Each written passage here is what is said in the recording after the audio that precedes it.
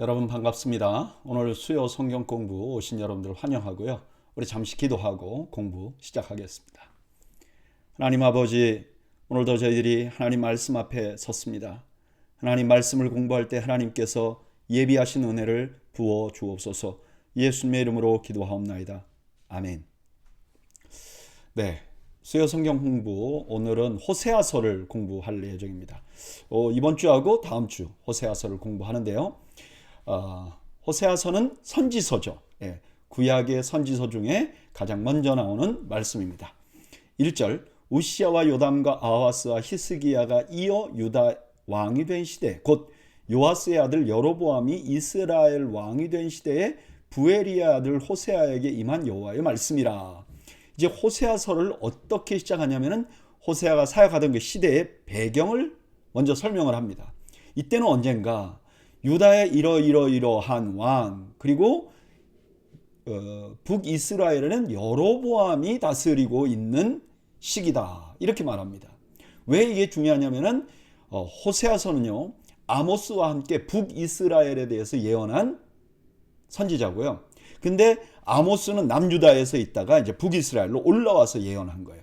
그런데 반해서 이 호세아는 계속 북이스라엘에서 살면서 북이스라엘 사람들에게 예언한 말씀이죠. 그러니까 북이스라엘 상황이 그때 어땠는가가 너무 중요한데, 여로보암이 다스리는 시기였다. 이때는 어땠는가? 국가는 최강이었어요. 부유했고요. 군대도 강했어요. 근데 문제는 그 내부에 굉장히 불평등이 많았어요.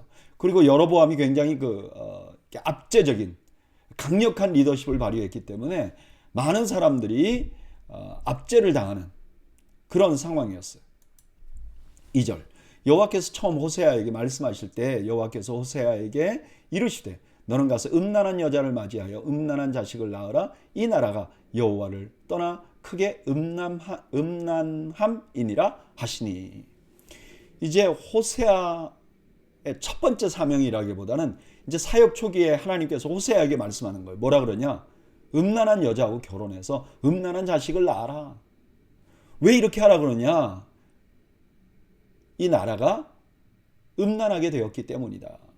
다시 말하면 이 북이스라엘이 우상숭배를 많이 하기 때문이다. 북이스라엘이 우상숭배하는 것을 지적하기 위해서 너는 음란한 아내와 결혼하고 음란한 자식을 낳아라. 이렇게 명령한 거죠. 3절, 이에 그가 가서 디블라임의 딸 고멜을 맞이하였더니 고멜이 임신하여 아들을 낳음에 여호와께서 호세아에게 이르시되 그의 이름을 이스르엘이라 하라. 조금 후에 내가 이스르엘의 피를 예후의 집에 갚으며 이스라엘 족속의 나라를 패할 것임이니라. 그날에 내가 이스라엘 골짜기에서 이스라엘의 활을 꺾으리라 하시니라. 호세아가 대단하죠. 하나님 명령이 내리자마자 갑니다. 여러분 한번 생각해 보세요.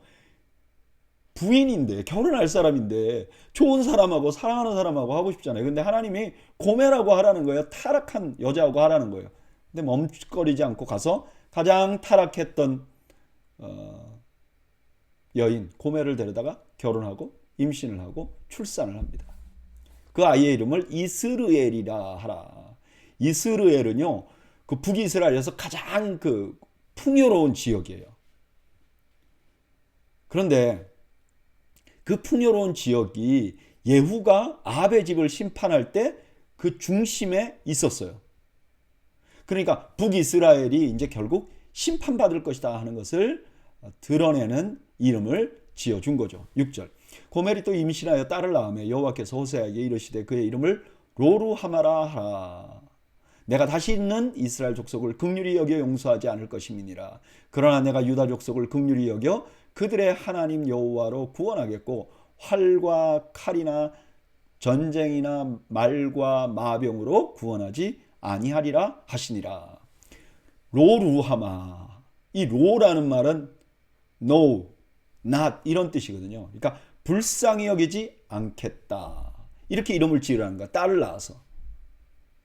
북이스라엘을 불쌍히 여기지 않겠다는 거예요.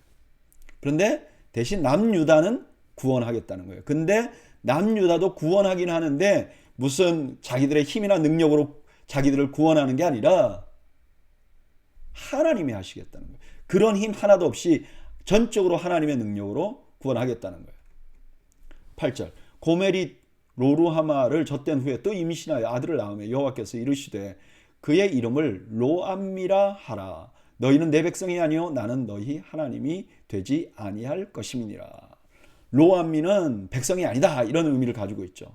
그러니까 너는 내 백성이 아니고 나는 너희 하나님이 안 되겠다 하는 말은 뭐죠? 이제 너희가 나와 부부관계, 언약관계를 깨버리겠다. 이걸 보여주는 거죠. 사실 구약에서 이제 그 부인이 이렇게 정상적인 부부관계가 아니라 외도를 한다든지 이렇게 하면 그건 부부관계가 깨지는 거죠. 그게 이제 당시의 문화였단 말이에요. 그러니까 그거를 빗대서 내가 너희를 이제 너희와 언약을 깨버리겠다 이렇게 말씀하신 거죠. 10절 그러나 이스라엘 자손의 수가 바닷가에 모래같이 되어서 헤아릴 수도 없고 셀 수도 없을 것이며 전에 그들에게 이르기를 너희는 내 백성이 아니라 한 그곳에서 그들에게 이르기를 너희는 살아계신 하나님의 아들들이라 할 것이라. 이에 유다 자손과 이스라엘 자손이 함께 모여 한 우두머리를 세우고 그 땅에서부터 올라오리니 이스라엘의 날이 클 것임이로다. 조금 아까까지는 이해가 되는 부분이에요. 음탕한 여자가 아이를 낳았는데 그걸 보고 이제 이혼하고 이제 계약을 깨겠다는 건 이해가 되는 거예요. 그런데도 불구하고 지금 하나님은 그 음탕한 여자와 같은 이스라엘에게 회복의 약속을 줘요. 그것도 심판했던 이스라엘에서 이스라엘이 회복의 장소로 바뀔 것이라고 약속을 하는 거예요. 그리고 이 일이 어떻게 이루어지느냐? 남유다와 북이스라엘이 하나가 돼갖고 한 지도자를 통해서 그 일이 일어날 것이라는 거예요. 북이스라엘 역사상은 이런 일이 안 일어났어요. 왜냐? 북이스라엘이 조금 후에 아수르에 망해버리거든요. 그리고 끝나버려요. 그러니까 이 예언은 메시아 예언인 거죠. 자, 오늘 호세아서는요, 참 이해할 수 없는 명령으로 시작합니다. 여러분, 가장 거룩해야 할 선지자에게 음란한 여인과 결혼하라고 자녀를 낳으라고 그럽니다. 그러면서 이렇게 말하는 거죠. 하나님께서. 이게 하나님과 이스라엘과의 관계다. 당시에 이런 음탕한 아내는 남편이 버리는 것이 당연해요. 그러니까 하나님께서 이제 북이스라엘과의 관계를 정리하겠다. 언약을 깨버리겠다. 이렇게 말씀하신 거죠. 그런데 그렇게 하시는 건 당연한데 그런 심판의 예언을 마치고 하나님은 또 하나의 이해할 수 없는 예언을 주시죠. 그건 뭐죠? 음란한 여인과 같은 북이스라엘을 회복시킬 것이라는 약속이에요. 그리고 심판의 자리가 축복의 자리가 되게 할 것이라고 약속하는 거예요. 하나님 왜 이렇게 하실까요? 오늘 본문에는 답이 없습니다. 그런데 이 일이 어떻게 일어날지는 알려주고 있어요. 어떻게 일어나느냐? 한 지도자가 북이스라엘과 남유다 전체의 하나님의 말씀을 하나님의 백성을 이끌 때 가능하다고 그래요.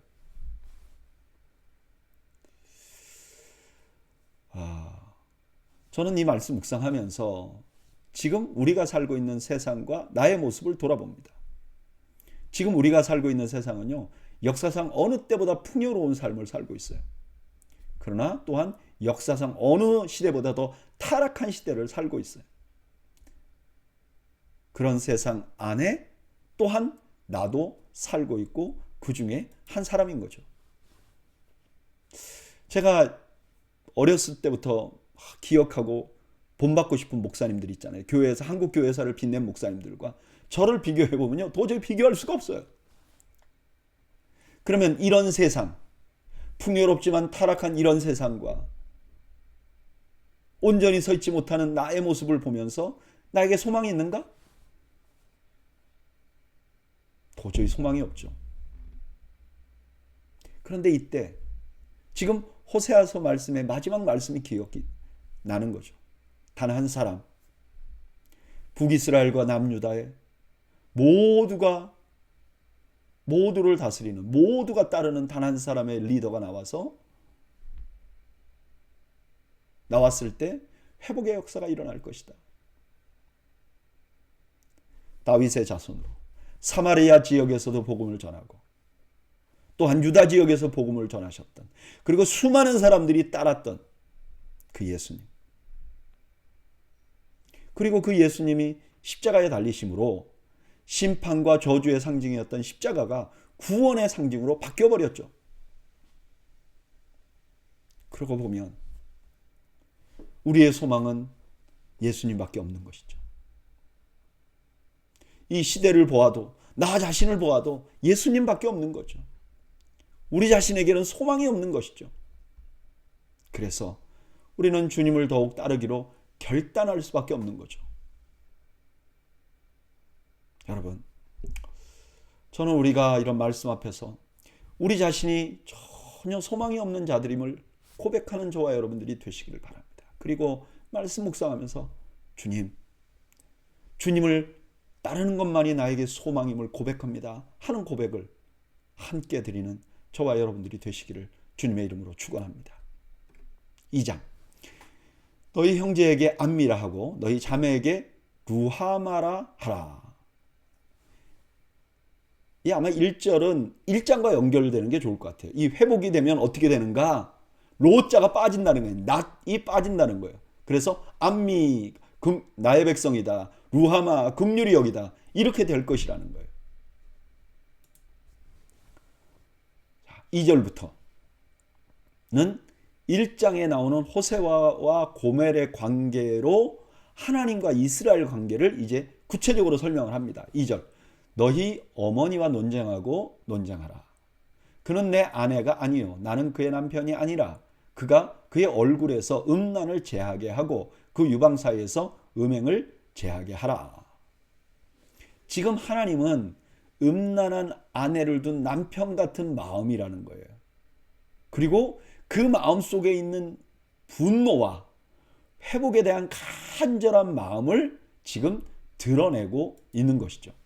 3절, 그렇지 아니하면 내가 그를 벌거벗겨서 그 나던 날과 같게 할 것이요 그로 광야같이 되게 하며 마른 땅같이 되게 하여 목말라 죽게 할 것이며 내가 그의 자녀를 긍휼히 여기지 아니하리니 이는 그들이 음란한 자식임이니라. 이렇게 하나님이 바라는데 그들이 돌아서지 않으면 어떻게 되는가? 하나님 만나기 전 백성으로 만들어버리겠다는 거예요. 그리고 그들의 후손도 불쌍히 여기지 않겠다는 거예요. 5절, 그들의 어머니는 음행하였고 그들을 임신했던 자는 부끄러운 일을 행하였나니 이는 그가 이르기를 나는 나를 사랑하는 자들을 따르리니 그들이 내 떡과 내 물과 내 양철과 내 삶과 내 기름과 내 술들을 내게 준다 하였음이라. 이스라엘이 풍요를 위해서 하나님을 떠나서 바알을 섬긴 거죠. 그거를 여인이 정부의 꼬임에 빠져서 남편을 버리는 모습으로 지금 묘사하고 있는 것이죠. 6절, 그러므로 내가 가시로 그 길을 막으며 담을 쌓아 그로 그 길을 찾지 못하게 하리니 그가 그 사랑하는 자를 따라갈지라도 미치지 못하며 그들을 찾을지라도 만나지 못할 것이라. 그제야 그가 이르기를 내가 본 남편에게로 돌아가리니 그때의 내 형편이 지금보다 나았음이라 하리라. 이렇게 이제 이스라엘이 우상 숭배하니까 하나님이 고난을 주셨잖아요. 주변의 나라들이 쳐들어왔잖아요. 그러니까 그때 반짝 회개한 거죠. 그거를 이렇게 설명한 거죠. 8절, 곡식과 새 포도주와 기름은 내가 그에게 준 것이요 그들이 바알을 위하여 쓴 그 은과 금도 내가 그에게 더하여 준 것이거늘 그가 알지 못하는도다. 그러므로 내가 내 곡식을 그것이 익을 계절에 도로 찾으며 내가 내 새 포도주를 그것이 맛들 시기에 도로 찾으며 또 그들의 벌거벗은 몸을 가릴 내 양털과 내 삶을 빼앗으리라. 하나님께 돌아왔잖아요. 그러니까 하나님이 이제 풍요를 또 줬단 말이에요. 근데 이 풍요가 하나님으로부터 왔는데 하나님으로부터 온 그 풍요를 가지고 바알을 섬긴단 말이에요. 마치 남편에게 뭔가 생활비를 받고 돈을 받아가지고 정부에게 돈을 쓰는 그런 타락한 여인과 똑같다고 지금 보여주는 거예요. 여러분, 이러면 어떡하죠? 당연히 이게 결혼 관계가 유지될 수 없죠. 10절. 이제 내가 그 수치를 그 사랑하는 자의 눈앞에 드러내니리 그를 내 손에서 건져낼 사람이 없으리라. 내가 그의 모든 희락과 절기와 월삭과 안식일과 모든 명절을 패하겠고. 여기 수치를 당한다는 건 포로로 잡혀간다는 말과 이제 어근이 같아요. 그러니까 그 수치를 드러낸다는 것은 북이스라엘이 포로로 잡혀갈 것이다 이렇게 말하는 거죠. 그리고 하나님께서 주시던 영적인 기쁨을 다 사라지게 할 것이라는 거예요.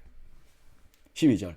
그가 전에 이르기를 이것은 나를 사랑하는 자들이 내게 준 값이라 하던 그 포도나무와 무화과나무를 거칠게 하여 수풀이 되게 하며 들짐승들에게 먹게 하리라. 그가 귀고리와 패물로 장식하고 그가 사랑하는 자를 따라가서 나를 잊어버리고 향을 살라 바알들을 섬긴 시일대로 내가 그에게 벌을 주리라. 여호와의 말씀이니라. 포로로 잡혀가고 나니까 어땠죠? 그 땅이 황폐해진 거죠. 수풀이 되게 하고 들짐승이 먹게 하겠다는 거예요. 그리고 13절에 뭐라고 말하는가? 너희들이 바알을 섬긴 그 시간대로 내가 너희에게 벌을 주리라고 말해요. 이건 한편으로 보면 굉장히 이제 벌을 주겠다는 말이니까 두려운 말이잖아요.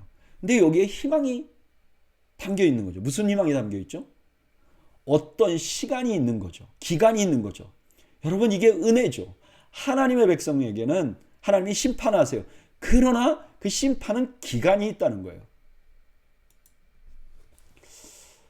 오늘 본문에는요. 호세아의 결혼을 통해서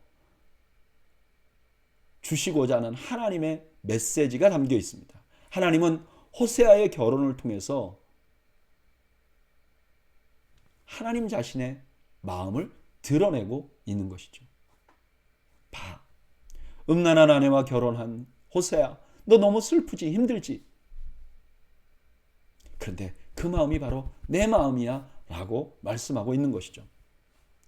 저는 이 말씀 묵상하면서 우리가 너무나 중요한데 종종 잊고 사는 거가 하나 있다는 생각이 들었습니다. 그것은 뭐냐면은 하나님의 마음이에요. 비인격적인 신을 섬기는 사람들은 신의 마음을 이해할 필요가 없어요. 그러나 우리가 섬기는 하나님은 인격적인 분이세요. 마치 부부가 서로 가정을 이루듯이 그렇게 우리와 교제하기를 원하시는 분이세요. 그러니까 만약에 어떤 부부가 서로의 마음을 헤아리지 않으면 그 제대로 되겠습니까? 마찬가지로 우리가 하나님을 섬길 때 하나님의 마음을 헤아리는 것은 너무나 중요합니다. 지금 호세아서 2장 1절에서 13절은 이스라엘 백성들에게 하나님이 이렇게 말씀하시는 거예요. 내 마음이 이렇다. 너희가 내 마음을 좀 이해해봐. 저는 그 하나님께서 지금 똑같은 말씀을 지금도 하고 계시다고 믿습니다. 여러분 보세요. 미국이 지금 얼마나 풍요롭습니까? 얼마나 하나님 앞에 축복을 받았습니까? 근데 지금 믿음을 다 버렸죠. 하나님이 주신 축복으로 전 세계에 가장 타락한 문화를 만들어내고 있잖아요. 얼마나 가슴 아파하실까? 오늘 나를 보면서는 어떠실까? 저는 우리 더웨이 교회는요.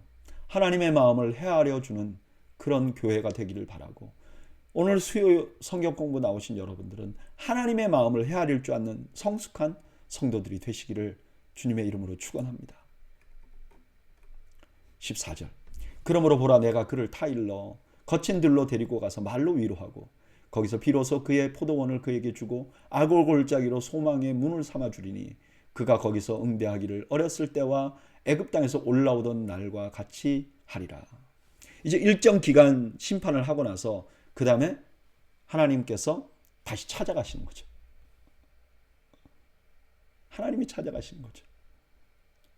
그리고 거친 들이 되어버린 그 포도원들 있잖아요. 거기로 다시 가는 거죠. 거기서 위로하는 거죠. 그리고 그 포도원을 다시 주는 거죠.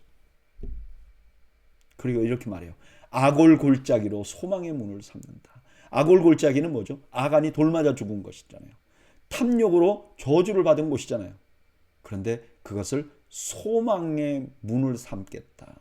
여기 소망이라는 말은 기생 라합, 집에 걸렸던 붉은 띠에 그 띠라는 말하고 음이 똑같아요. 히브리어로 음력이 똑같아요. 그러니까 동음이어죠. 지금 라합도 기생이었잖아요. 그러니까 뭔가 호세아서와 어울리잖아요. 이렇게 말씀하시는 거죠. 아골 골짜기 같은 저주받은 곳을 마치 라합이 집 앞에 띠를 걸므로, 붉은 띠를 걸므로 그 전쟁에서 살아남았듯이, 소망이 되었듯이 내가 너희들에게 아골 골짜기를 그렇게 바꿔주겠다고 약속하는 거죠.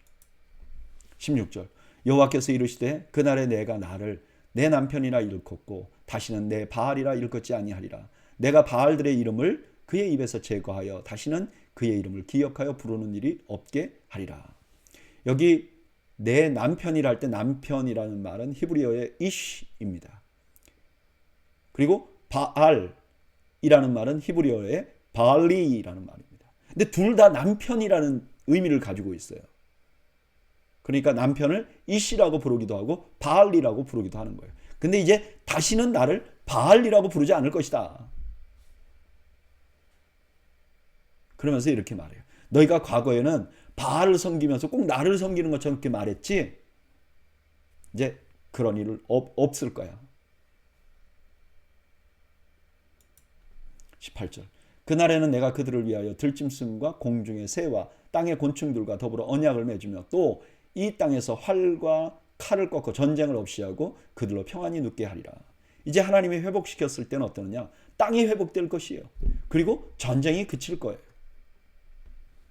19절 내가 내게 장가들어 영원히 살되 공의와 정의와 은총과 긍휼히 여김으로 내게 장가들며 진실함으로 내게 장가들리니 내가 여호와를 알리라. 이 회복의 전체 과정을 다시 결혼하는 것으로 지금 묘사합니다. 근데 이 다시 하는 결혼은 어떤 결혼이냐? 과거의 결혼과 달라요. 영원한 것이에요. 그리고 이 결혼은 상대방의 뭔가 조건에 의해서 이 결혼이 깨지고 이어지고가 아니라 그냥 하나님의 성품에 의지한 결혼이 되는 거예요. 그러면 그때서야 비로소 진짜 하나님의 마음을, 하나님 자신을 알게 될 것이라고 말하는 거예요. 이게 언제겠어요? 이런 일이 언제 일어나겠어요? 신약의 복음을 말하는 거죠. 21절 여호와께서 이르시되 그날에 내가 응답하리라. 나는 하늘에 응답하고 하늘은 땅에 응답하고 땅은 곡식과 포도주와 기름에 응답하고 또 이것들은 이스라엘에 응답하리라. 이렇게 하나님 마음을 알게 되면 하나님께서 그에 대해서 응답할 거라는 거예요. 응답은 뭐냐? 부르짖음에 대한 응답. 그 북이스라엘 백성들이 고난을 당하면서 우리를 살려주십시오 할 때 그 부르짖음에 대한 응답. 그리고 또 하나는 하나님의 능력으로 이제 공급하시는 것을 새로 시작하는 것. 그것도 응답이죠. 하나님께서 모든 것을 회복시켜 줄 것이라고, 그들의 필요를 채워주실 것이라고 약속하는 거죠. 내가 나를 위하여 그를 이 땅에 심고 긍휼히 여김을 받지 못하던 자를 긍휼히 여기며 내 백성이 아니라 하던 자를 향하여 이르기를 너는 내 백성이라 하리니 그들이 이르기를 주는 내 하나님이시라 하리라 하시니라. 하나님께서는 그들이 하나님을 나의 하나님이라는 고백을 듣기를 원하실까. 이렇게 회복한 이유가 뭐냐? 그냥 조건은 딱 하나예요. 너희들이 나를 하나님으로 다시 불러줘. 마치 사랑에 빠져 눈이 어두워진 사람처럼 그렇게 하나님이 이스라엘 백성을 향하여 말씀하고 있는 것이죠. 3장 1절 여호와께서 내게 이르시되 이스라엘 자손이 다른 신을 섬기고 건포도 과자를 즐길지라도 여호와가 그들을 사랑하나니 너는 또 가서 타인의 사랑을 받아 음녀가 된 그 여자를 사랑하라 하시기로. 처음에 하나님께서 호세아에게 음란한 여자와 결혼해라. 그래서 하나님이 이스라엘을 심판할 것을 심판이 당연한 것을 드러냈잖아요. 근데 이제 후에 하나님이 회복시킬 것이라고 말씀하셨어요. 그리고 나서는 뭐라 그러냐? 하나님이 회복시키실 거라는 마음을 너가 이제 드러내야 되는데 어떻게 드러낼 것이냐? 그 자기를 버리고 떠난 고멜을 다시 사랑하라는 거예요. 여러분 이게 말이 안 되잖아요. 어떻게 자기를 버리고 떠난 여인을 다시 사랑할 수 있어요? 그런데 하나님의 사랑이 바로 그런 사랑이라는 거예요. 2절 내가 은 15개와 보리 한 호멜 반으로 나를 위하여 그를 사고 그에게 이르기를 너는 많은 날 동안 나와 함께 지내고 음행하지 말며 다른 남자를 따르지 말라 나도 내게 그리하리라 하였노라. 여기 은 15개는 당시 노동자의 2-3년 연봉에 맞먹는 아주 큰 돈입니다. 큰 돈을 투자하는 거예요. 자기의 마음을 아프게 하고 자기를 배신한 여인을 위하여 큰 돈을 투자를 하는 거예요. 그리고 일정 기간, 회복의 시간을 주는 거죠. 4절 이스라엘 자손들이 많은 날 동안 왕도 없고 지도자도 없고 제사도 없고 주상도 없고 에봇도 없고 드라빔도 없이 지내다가 그 후에 이스라엘 자손이 돌아와서 그들의 하나님 여호와와 그들의 왕 다윗을 찾고 마지막 날에는 여호와를 경외함으로 여호와와 그의 은총으로 나아가리라. 3절에 어떤 기간이 뭐 하는 기간인가? 4절이 설명을 하는 거죠. 그리고 5절에 여기 그들의 왕 다윗을 찾는다 할 때 이 다윗은 메시아를 상징하는 거예요. 왜요? 다윗은 지금 없잖아요. 그러니까 지금 완전한 회복은 메시아를 통해서 가능하다고 말씀하고 있는 거죠. 오늘 본문에서 하나님께서는 음란한 아내를 다시 회복시키듯이 이스라엘을 회복시키겠다고 약속하세요. 그러시면서 기대하는 게 뭐냐? 너희들이 나를 나의 하나님이라고 불러달라는 거예요. 이걸 보여주기 위해서 호세아에게 고멜을 찾아가라고 명령해요. 그리고 엄청난 대가를 치르고 그를 다시 사오라고 말해요. 이것이 하나님이 하시고자 하는 일이라는 거예요. 실제로 그렇게 하셨어요. 하나님은 하나님의 마음에 못을 박은 듯한 그 죄인들을 위하여 하나님께서 그 사랑하시는 독생자를 보내셨어요. 뭐 몇 년치 연봉이 아니라 자기의 가장 사랑하는 아들, 이거 줄 수 없는 아들을 우리를 위하여 보내주신 거예요. 그렇다면 여기 고멜은 누굴까요? 고멜은 바로 우리인 거죠. 그런 의미에서 호세아서는요, 하나님의 깊은 사랑을 보여주는 동시에 우리가 얼마나 악하고 타락한 존재인가를 보여줍니다. 그리고 그런 우리를 향해서 하나님이 기대하시는 것이 무엇인지도 보여줍니다. 뭐였죠? 하나님, 당신이 나의 하나님이십니다 라고 고백하는 거죠. 오늘 호세아서에서는 이후에 고멜이 이제 등장하지 않습니다. 많은 연구자들이 아마 고멜은 이후에 좋은 아내가 되었을 것이다. 그리고 호세아의 사역을 적극적으로 후원하였을 것이라고 생각해요. 다시 돌아와서. 그래서 우리도 고멜 같은 우리도 해야 할 가장 중요한 일은 뭐죠? 먼저 하나님을 고백하는 거죠. 하나님은 나의 참 하나님이십니다. 여호와는 참 나의 하나님이십니다. 고백하는 거죠. 그리고 이제 그 하나님의 아내로서, 그 하나님의 사랑받은 자로서 살아가야 하는 것이죠. 저는 여러분들이 하나님 앞에 하나님만이 나의 유일한 하나님이십니다 라고 고백하는 은혜가 있기를 주님의 이름으로 축원합니다. 자, 이제 4장은요, 호세아서는 전체가 두 부분으로 나눠졌어요. 1장에서 3장까지는 고멜을 통해서 하나님의 마음을 드러낸 거예요. 근데 4장부터는 이제 호세아가 이제 본격적으로 북이스라엘 사람들의 죄악을 지적하는 겁니다. 근데 4장이 이제 그 시작이 되는 것이죠. 1절 이스라엘 자손들아 여호와의 말씀을 들으라. 여호와께서 이 땅 주민과 논쟁하시나니 이 땅에는 진실도 없고 인애도 없고 하나님을 아는 지식도 없고. 자, 하나님께서 이제 그 땅 주민들과 논쟁한다. 이거는 그냥 악유한다 그런 뜻이 아니라 선포하는 거죠. 그들에 관해서. 뭐라고 말하느냐? 이 땅에는 진실도 없어. 진실은 뭐죠? 우리 말과 행동의 근간에 있는 가치. 그것이 진실이죠. 인애. 다른 사람과 관계에서 가장 기초가 되는 거 인애, 사랑이죠. 이게 필요한 거죠. 하나님과의 관계에서 가장 필요한 거 뭐죠? 하나님을 아는 지식. 근데 이 세 가지가 다 없다는 거예요. 대신 어떠냐? 2절. 오직 저주와 속임과 살인과 도둑질과 간음뿐이요 포악하여 피를 뒤섞음이라. 그러므로 이 땅이 슬퍼하며 거기 사는 자와 들짐승과 공중에 나는 새가 다 쇠잔할 것이요 바다의 고기도 없어지리라. 있어야 될 건 없고 그 다음에 없어야 될 것들이 그냥 2절 3절에 나오는 거예요. 4절. 그러나 어떤 사람이든지 다투지 말며 책망하지도 말라. 내 백성이 제사장과 다투는 자처럼 되었음이니라. 너는 낮에 넘어지겠고 너와 함께 있는 선지자는 밤에 넘어지리라. 내가 내 어머니를 멸하리라.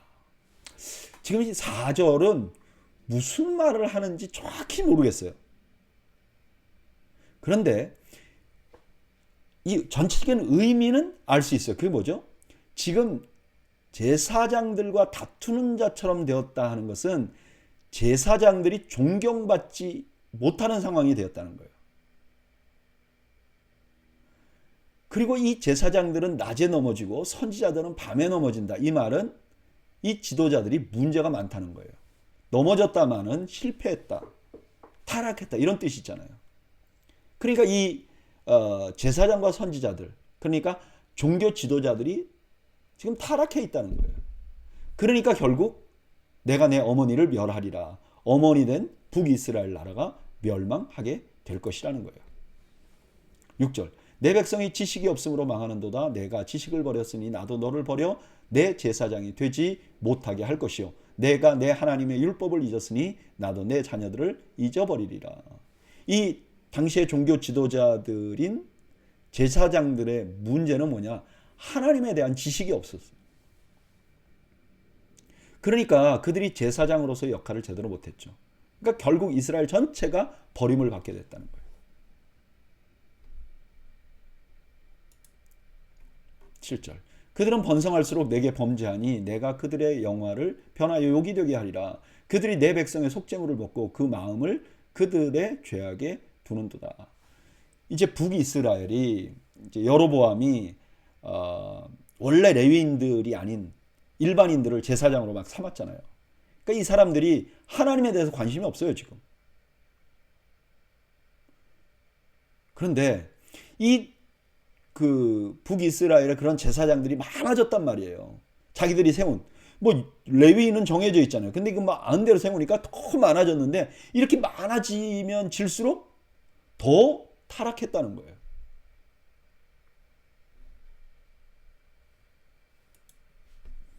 9절. 장차는 백성이나 제사장이나 동일함이라. 내가 그들의 행실대로 벌하며 그들의 행위대로 갚으리라. 그들이 먹어도 배부르지 아니하며 음행하여도 수요가 늘지 못하니 이는 여호와를 버리고 따르지 아니하였음이니라. 이렇게 제사장이나 선지자들이 하나님의 말씀을 버리니까요. 그러니까 백성들도 따라오게 됐다는 거예요. 그래서 그 둘 다가 벌을 받게 된다는 거예요. 그 벌의 핵심에는 뭐냐? 그들의 노력이 허사가 되는, 만족이 없는 삶을 살게 된다는 것이죠. 11절. 음행과 묵은 포도주와 새 포도주가 마음을 빼앗았느니라.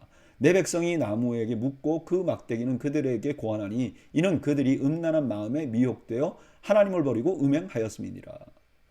왜 그럼 이렇게 종교 지도자들이 타락을 했는가? 음행과 술 때문에 그렇다는 거예요. 방탕 때문에 하나님의 말씀에 관심이 없어졌다는 거예요. 그러니까 이 백성들은 제대로 모르잖아요. 제대로 모르니까 당연히 이 사람들은 우상 숭배를 하게 되는 거예요. 13절. 그들이 산 꼭대기에서 제사를 드리며 작은 산 위에서 분향하되 참나무와 버드나무와 상수리나무 아래에서 하니 이는 그 나무 그늘이 좋음이라. 그럼 이러므로 너희의 딸들은 음행하며 너희 며느리들은 간음을 행하는도다. 너희 딸들이 음행하며 너희 며느리들이 간음하여도 내가 벌하지 아니하리니 이는 남자들도 창기와 함께 나아가며 음부와 함께 희생을 드림이니라. 깨닫지 못하는 백성은 망하리라. 이제 이렇게 하나님을 아는 지식이 없어진 이스라엘 백성들은 뭐 어디서든지 우상숭배를 한다는 거예요. 근데 이 우상숭배와 함께 따라오는 게 뭐냐? 성적으로 타락하는 거예요. 왜냐하면 당시의 우상숭배자들은 그 제사 제의에 성적인 타락이 아주 포함이 돼 있었어요. 그러니까 이 사람들이 성적으로 타락하게 된 것이죠.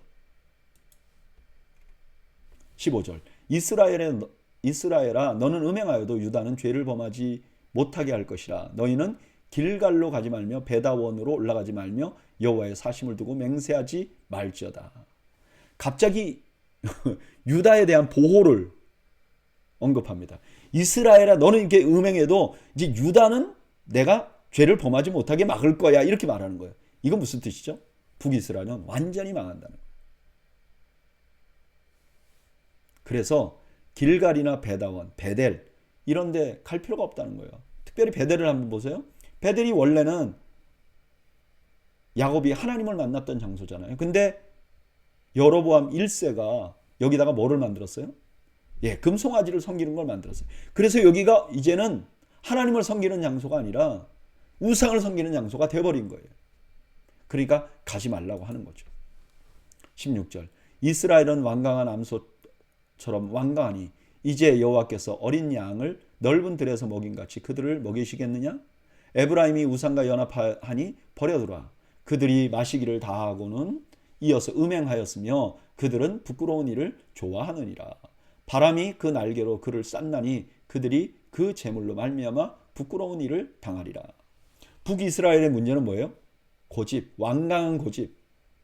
그 다음에 우상에 홀려 있어요. 그리고 술 마시고 음행하고 부끄러운 일을 해. 그러니까 하나님이 어떻게 하느냐? 바람 날개로 그를 쌌다. 이거는 회오리 바람을 의미하는 거예요. 회오리 바람 같이 그들의 모든 것을 빼앗아 가겠다고 말씀하는 것이죠. 오늘 본문에서는 북이스라엘의 문제점을 아주 상세하게 지적합니다. 북이스라엘은 우상 숭배를 했고요. 또 도덕적으로 타락해서 하나님의 심판을 받을 것이에요. 왜 이런 일이 일어났는가?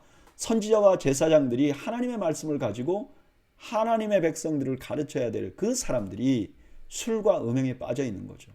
당연히 율법 연구를 게을리했었고 당연히 하나님을 모르게 됩니다. 이렇게 제사장과 선지자가 하나님을 아는 지식이 없으니까 백성은 당연히 몰라요. 그러니까 그 모르는 백성들은 당연히 허무한 것에 매달리게 됩니다. 우상숭배하는 것입니다. 그래서 망하게 되는 거죠. 저는 그 4장 말씀 묵상하면서 지식이라는 말이 마음에 와닿습니다. 하나님을 아는 지식. 오늘날은 하나님 말씀이죠.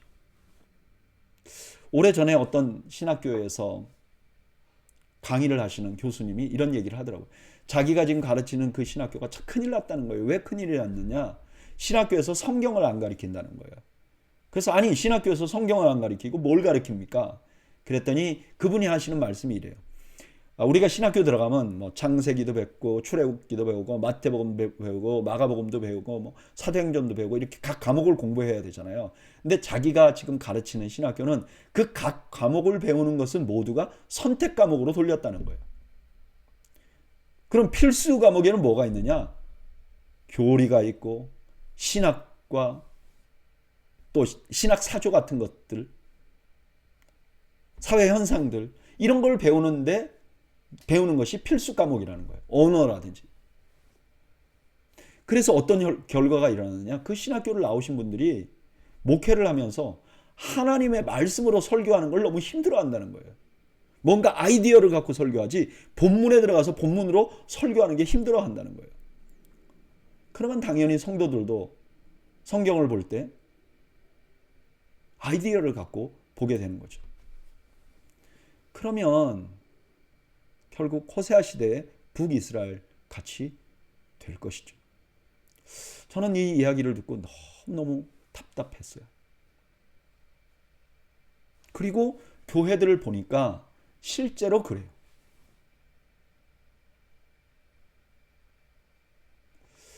교회에 나오시는 많은 성도들이 이제 주일날 목회자의 설교를 듣잖아요. 근데 많은 분들이 그런 설교 말씀을 들을 때 그 설교가 하나님의 말씀을 해석하고 그 하나님의 말씀이 나에게 이 시대에 뭐라고 말하는지를 듣는 말씀을 들어야 되는데, 그게 아니고 어떤 아이디어를 가지고, 세상의 어떤 문제를 가지고 그 문제를 해결하기 위해서 성경의 아이디어로 이야기하는 것을 배운단 말이에요. 그러니까 본격적으로 하나님 말씀을 하나도 모르는 거죠. 그리고 그거를 들으려고 교회를 계속 다니는 거죠. 그게 너무 좋으니까. 그러니까 어떻게 보면 쌈박해요. 아이디어가 있고 그 아이디어에 대해서 아주 요리가 잘 된 요리처럼 말씀해 준단 말이에요.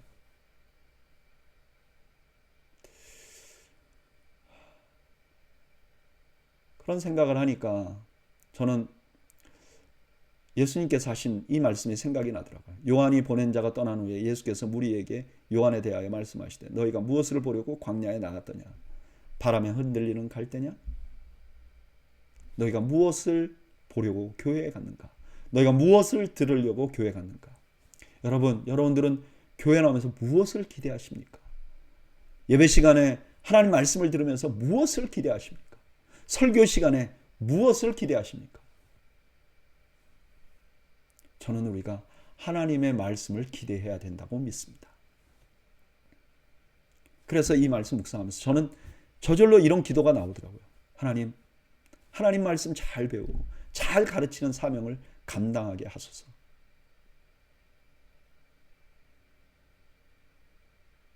여러분들 기도해 주십시오.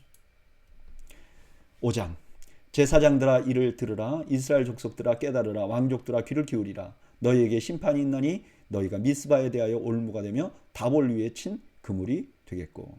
이제 5장은 북이스라엘의 교만을 지적하는 말씀이에요. 들으라, 귀를 기울이라 이렇게 말하는 건 뭐죠? 이게 너무 중요하단 말이에요. 지금부터 내가 하는 말을 잘 들어라 이렇게 말하는 거죠. 2절 패역자가 살육죄에 깊이 빠졌으며 내가 그들을 다 벌하노라. 에브라임은 내가 알고 이스라엘은 내게 숨기지 못하나니 에브라임아 이제 내가 음행하였고 이스라엘이 더러워졌느니라. 그들의 행위가 그들로 자기 하나님에게 돌아가지 못하게 하나니 이는 음란한 마음이 그 속에 있어 여호와를 알지 못하는 까닭이라. 그들이 죄에 깊이 빠져 있고 그 깊이 빠져 있는 죄를 하나님이 다 알고 계시고 그래서 돌아와야 되는데 못 돌아와요. 왜냐하면 그 마음에 음란한 마음이 가득하기 때문에. 5절 그런 상황을 뭐라고 말하는가? 이스라엘의 교만이 그 얼굴에 드러났나니 그 죄악으로 말미암아 이스라엘과 에브라임이 넘어지고 유다도 그들과 함께 넘어지리라. 그들이 양떼와 소떼를 끌고 여호와를 찾으러 갈지라도 만나지 못할 것은 이미 그들에게서 떠났음이니라. 그들이 여호와께 정조를 지키지 아니하고 사생아를 낳았으니 그러므로 세 달이 그들과 그 기업을 함께 삼키리로다. 그 북이스라엘이 이렇게 타락한 그 근본에는 뭐예요? 교만이 있었다는 거예요. 하나님은 그 죄악을 교만이라고 말한단 말이에요. 교만은 뭐죠? 하나님 없이 내가 뭔가 해보려는 게 교만이죠. 왜 이렇게 도덕적으로 타락을 했는가? 왜 이렇게 타락을 했는가? 이유는 교만해서 그렇다는 거예요. 하나님 없이 해보려고 해서 그렇다는 거예요. 그러니까 그렇게 교만한 상태에서는 하나님을 찾으러 가도 못 만나고 그들이 뭐 세 달에 막 하나님 앞에 예배를 드려도 그것이 오히려 그들을 멸망하는 원인이 될 뿐이라는 거예요. 너희가 기브아에서 뿔나파를 불며 라마에서 나파를 불며 베다원에서 외치기를 베냐민아 내 뒤를 쫓는다 할지어다. 벌하는 날에 에브라임이 황폐할 것이라 내가 이스라엘 지파 중에서 반드시 있을 일을 보였노라. 이제 심판은 아수르에서부터 시작될 것이에요. 그래서 지금 경고를 하는데 여기 나오는 도시들이 남북 왕국의 이제 중간에 있는 도시들이에요. 왜 이렇게 외치는가? 이렇게 외쳐서 북이스라엘은 결국 외쳐도 망할 거지만 남유다라도 회복되지 않을까 해서 이렇게 한다는 거예요. 10절 유다 지도자들은 경계표를 옮기는 자 같으니 내가 나의 진노를 그들에게 물같이 부으리라. 에브라임은 사람의 명령 뒤따르기를 좋아하므로 학대를 받고 재판의 압제를 받는도다. 그러므로 내가 에브라임에게는 좀 같으며 유다 족속에게는 썩이는 것 같도다. 경계표를 옮기는 건 하나님 앞에 중대한 범죄죠. 남유다 지도자들도 하나님 앞에 범죄를 저지르고, 북이스라엘 사람들은 사람의 명령, 그러니까 여로보암의 지시를 따른 거죠. 그래서 우상 숭배했는데 그래서 잘 되니까 여로보암에 의해서 압제를 받는다는 거예요. 이런 상황을 뭐라 그러냐? 이제 너희를 서서히 망하게 할 것이다. 하나님께서. 13절. 에브라임이 자기 병을 깨달으며 유다가 자기의 상처를 깨달았고, 에브라임은 아수르로 가서 야렙 왕에게 사람을 보내었으나 그가 능히 너희를 고치지 못하겠고 너희 상처를 낫게 하지 못하리라. 내가 에브라임에게는 사자 같고 유다 족속에게는 젊은 사자 같으니 바로 내가 움켜질지라. 내가 탈취하여 갈지라도 건져낼 자가 없으리라. 북이스라엘과 남유다는 자신들의 상황이 지금 너무 곤란하다는 걸 인지했어요. 그럼 하나님 앞에 가야 되는데 하나님 앞에 안 가요. 그러니까 하나님이 이제 사자같이 그들을 벌할 것이라는 거예요. 그들이 그 죄를 뉘우치고 내 얼굴을 구하기까지 내가 내 곳으로 돌아가리라. 그들이 고난을 받을 때에 나를 간절히 구하리라. 심판을 끝낸 하나님은 그들이 회개할 때까지 기다리겠다고 말해요. 하나님을 찾기를 지금 하나님이 기다리고 계신다고 말씀하는 거죠. 오늘 본문은 북이스라엘이 교만하다고 말합니다. 교만은 모든 것을 자기가 할 수 있다고 생각하는 거예요. 그런데 그렇게 해봤는데 지금 상황이 아주 안 좋아요. 뭐 자기들 도덕적으로 타락했고, 그 다음에 국제관계도 안 좋고, 나라도 굉장히 어려워요. 그러면 하나님을 찾아야 되겠잖아요. 그런데 이들이 아수르를 찾아요. 자기 스스로 해결해 보려고 하는 거예요. 하나님 앞에 안 가고. 그런 그들에게 하나님이 결국 심판하겠다는 거예요. 사자같이 그들을 공격할 것이라는 거예요. 너무너무 두려운 말씀이죠. 근데 이렇게 말씀하시고 그 마지막에는 뭐라고 말씀하시는가? 내가 너희들 심판 다 마치고 내 있는 곳에 기다릴 거야. 너희가 돌아올 걸 기다릴 거야. 여러분, 이분이 우리 하나님이십니다. 하나님은 죄악을 방치하는 분이 아니세요. 심판하세요. 그러나 하나님의 심판은 망하는 게 목적이 아니에요. 돌아오게 하는 것이 목적이에요. 그래서 기다리시는 거죠. 마치 삐뚤어진 자녀를 올바로 훈육하기 위해 벌을 주시지만 사랑으로 그 자녀를 기다리는 아버지 같은 분이세요. 이런 하나님의 마음을 예수님께서는 탕자의 비유를 통해서 우리에게 잘 설명하셨어요. 저는 이런 하나님이 너무 좋습니다. 그래서 저는 이렇게 고백합니다. 하나님, 늘 기다려주시는 하나님 감사합니다. 하나님 사랑합니다.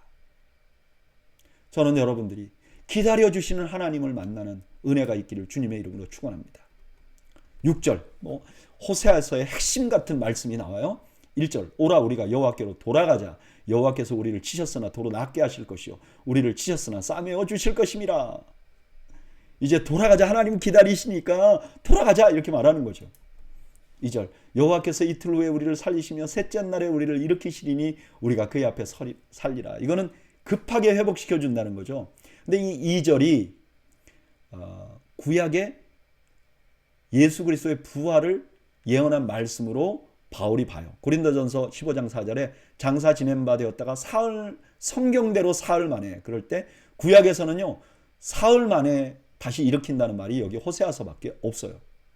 하나님이 급하게 회복시키신다는 것을 나타내는 이 말로 예수님의 부활을 설명한 거죠. 3절 그러므로 우리가 여호와를 알자. 힘써 여호와를 알자. 그의 나타나심은 새벽 빛같이 어김없나니 비와 같이 땅을 적시는 늦은 비와 같이 우리에게 임하시리라 하시니라. 제사장들이 하나님을 몰라서 백성이 타락했어요. 근데 이제 회복하려면 어떻게 돼요? 하나님을 알아야 되죠. 회개하는 자는 어떻게 해야 돼요? 하나님을 알아야 되죠. 그리고 그렇게 회개하면 하나님이 반드시 찾아오실 것이라는 거예요. 에브라임아 내게 어떻게 하랴? 유다야 내가 내게 어떻게 하랴? 너희의 이내가 아침 구름이나 쉬 없어지는 이슬 같도다. 그러므로 내가 선지자들로 그들을 치고 내 입의 말로 그들을 죽였노니 내 심판은 비처럼 나오느니라. 나는 인애를 원하고 제사를 원하지 아니하며 번제보다 하나님을 아는 것을 원하노라. 하나님이 뭐라 그러죠? 너희들이 나에 대한 사랑이 정말 이슬처럼 살아갔어. 그래서 내가 너희들 심판한 거야. 근데 잘 알아. 나는 인애를 원하지 제사를 원하지 않아. 그러니까 나를 알아야 돼 라고 말하는 거죠. 7절 그들은 아담처럼 언약을 어기고 거기서 나를 반역하였느니라.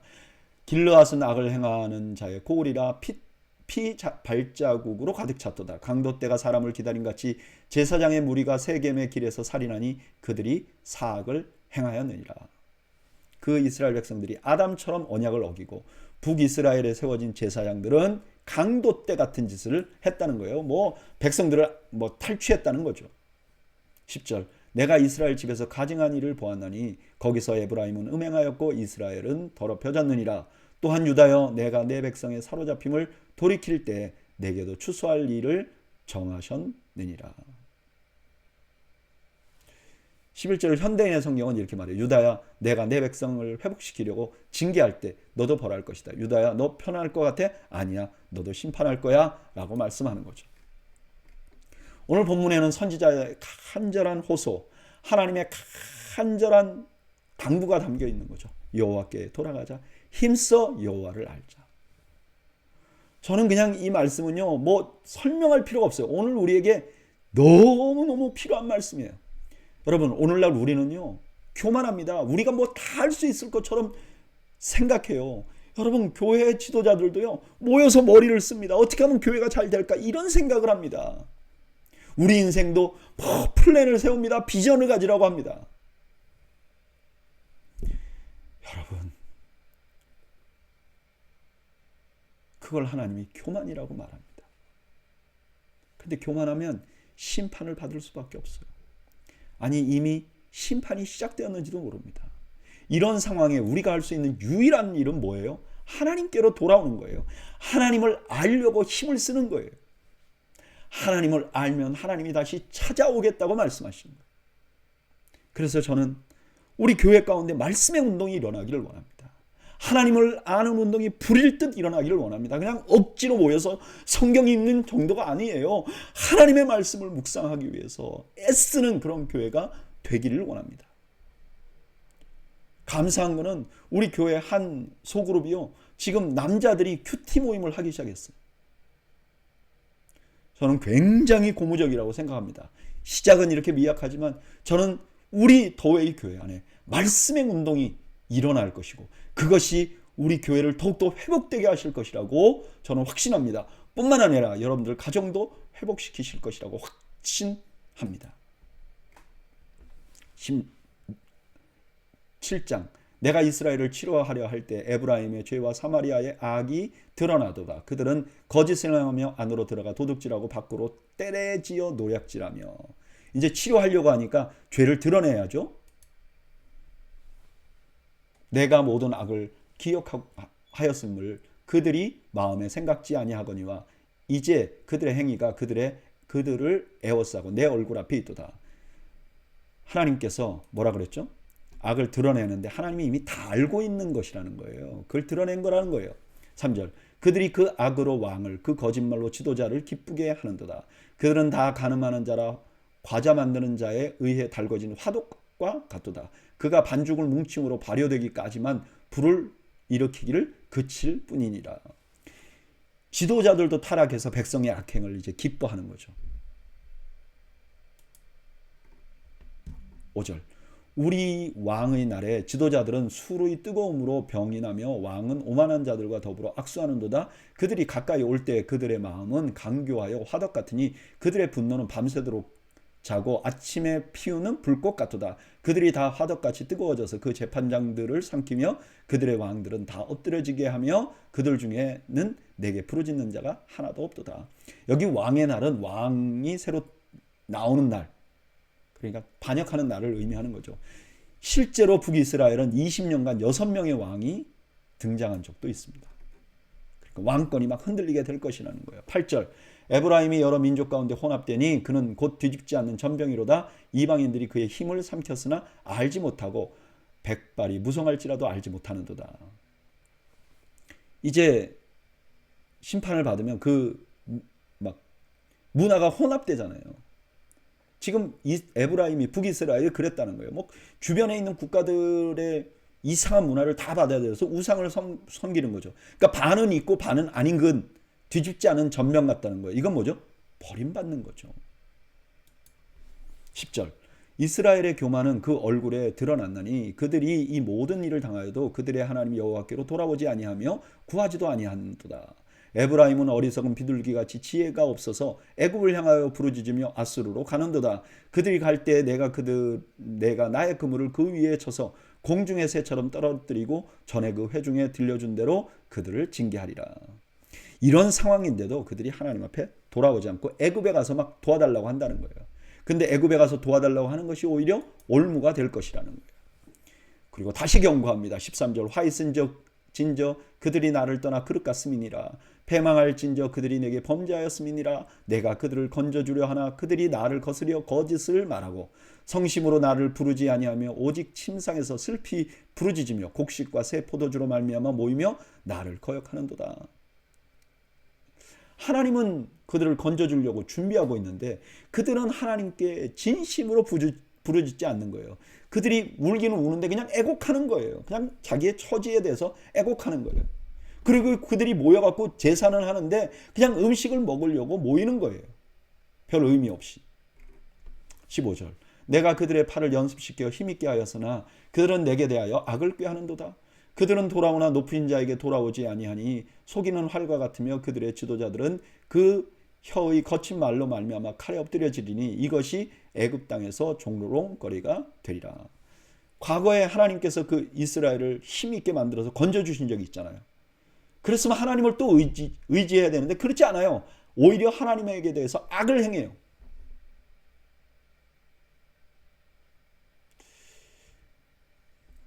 그리고 하나님 앞에 돌아오지 않는 거예요. 그래서 속이는 활과 같이 느슨한 활과 같이 돌아오는 척 활의 의미는 있지만 실제로 그 행동은 없는 그 활의 무력은 없는 것처럼 그런 사람들이 되었단 말이에요. 오늘 본문은 심판의 직면에 있는 이스라엘이 하나님을 의지하기보다는 오히려 하나님을 대적하고 있다고 지적합니다. 그들은 사회적으로 악을 행했어요. 그런데 하나님은 그것을 다 보고 있었어요. 또 외교적으로도 북이스라엘은 하나님을 의지해야 되는데 다른 나라를 의지했어요. 사실 과거에 하나님께서는 북이스라엘을 강력하게 해서 위기에서 건져준 적이 있습니다. 그런데 오히려 그런 하나님은 대적하는 거예요. 결국 그들은 하나님을 대적하는 것 때문에 망하게 될 거예요. 저는 이 말씀 묵상하면서 이런 생각이 들어요. 여러분 위기 때 우리가 뭐 해야 될까요? 지금 북이스라엘이 위기예요. 그럼 뭐 해야 돼요? 하나님께 돌아와야 되잖아요. 근데 북이스라엘은 정반대로 하나님을 원망해요. 하나님께 악을 행해요. 그리고 하나님을 떠나요. 이게 진짜 문제였어요. 여러분 위기가 오면 하나님 쪽으로 가야죠. 하나님 앞에 엎드려야죠. 하나님 앞에 부르짖어야죠. 하나님 앞에 도와달라고 해야죠. 왜요? 우리 인생을 돌아보세요. 우리 인생 돌아보면요. 우리가 어려울 때 누가 도와주셨어요? 하나님이 도와주셨잖아요. 그러면 지금도 당연히 하나님을 찾는 것이 맞잖아요. 그런데 위기가 왔는데 이것저것 돌아다니고 사람들 만나고 오히려 위기가 왔기 때문에 믿음을 저버리는 사람들이 너무 많은 거예요. 이게 문제예요. 저는 우리 더웨이교회 성도님들 위기가 오면 하나님께로 나아가는 여러분들이 되시기를 바랍니다. 여러분 우리 인생을 돌아보세요. 하나님이 위기 때 우리를 도와주셨잖아요. 그러면 또 나에게 오는 위기 때 우리가 해야 할 선택은 하나밖에 없습니다. 하나님께 돌아가는 거예요. 저는 여러분들이 하나님께 돌아가는 지혜를 갖는 여러분들이 되시기를 주님의 이름으로 축원합니다. 기도하겠습니다. 하나님, 오늘 호세아 선지자를 통해 북이스라엘에 하신 하나님의 말씀을 보면서 우리가 우리 자신을 돌아보고 우리가 어떻게 해야 되는지를 알게 해 주셔서 감사합니다. 하나님, 우리가 하나님께 돌아가는 지혜를 가지게 하옵소서. 하나님을 힘써 알려고 하는 지혜를 가지도록 불쌍히 여겨 주시옵소서. 하나님만이 우리의 유일한 소망임을 잊지 않는 저희들이 되도록 자비를 베풀어 주시옵소서.